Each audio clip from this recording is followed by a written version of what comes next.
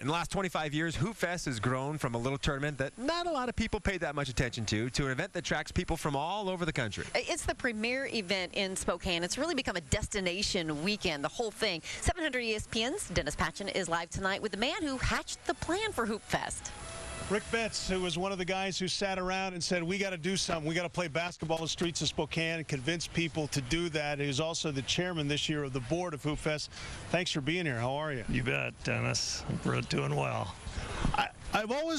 We've talked about a lot of things about Hoopfest, but when did you guys know, the guys who put this together, created it, convinced people to let people play on the streets of downtown Spokane, at what point in time in the history of this event did you know this is a success?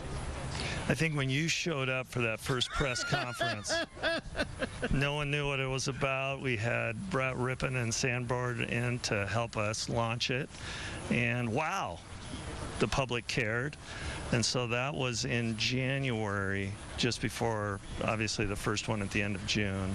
And then I would say when we really knew, it was at 8:01 on that first Saturday morning when you could tell. You could just feel it in the air. There was a vibe. I mean, I played in that first one. You've played in all of them. You're playing with your kids this year, and the first year, one of your kids was on the poster. So, but there was that vibe that first week or first year that people who weren't playing standing around go, I got to be a part of this. Yeah, and 500 teams seems like nothing now. Back then, that was an amazing number of teams, and so it felt like a huge event that first year.